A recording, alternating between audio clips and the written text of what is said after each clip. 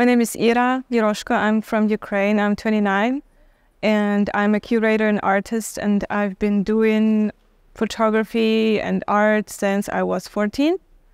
And currently I do personal projects about things that bother me. Usually they deal with migration and war and what kind of consequences it brings. Well, I've had 3 migrations myself, and none of my family members live where they were born, which I think is okay for most of the people not to live where they were born, but it's just interesting because I don't know how it feels like to have relatives around and to have a place that you would call home.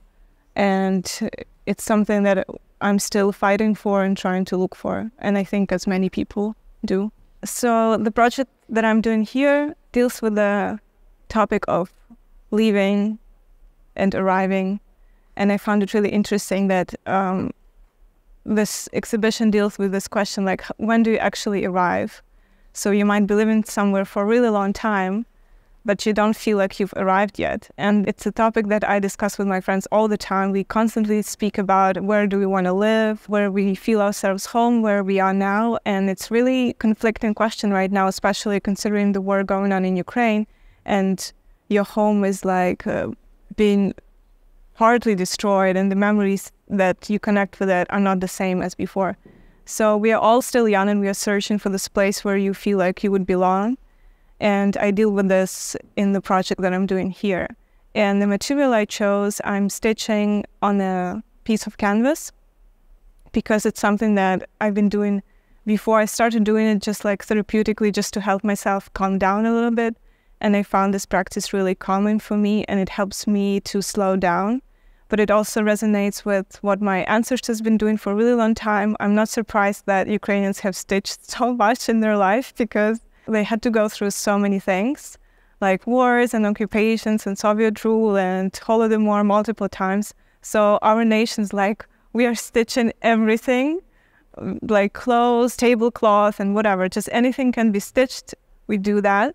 So it feels natural to me to do that, but I'm not doing it as a decorative method, but more like exploring and trying to go this way with people that marked those truths and are taking those paths, and I'm kind of on the way with them while I'm stitching this. The project that I used as a reference for this one is called Traces, and I've been stitching routes where people are deported or where they're migrating or fleeing, and the project that I'm doing here, it's more a positive version of that, and it combines all of them. So on this map that I'm stitching here, you can see where people were born, where they're living now, and where they would go, like what would be their final destination. And if they don't have that, I can also stitch the phrases that I wrote me. They write things like, oh, I want to be where my family is, or where my loved one is, or where there is a good nature. And I really find that answers interesting, so I'm going to involve that. I think that's a very reflective work. So if you know the context and how it was made, it should make you think about, oh, okay, where I'm coming from and where I am now and where I'm going in life. And I think those questions, everybody is kind of looking for answers, doesn't really know the right answer. And it kind of shows that you're not alone in that, and we are all searching for our ways.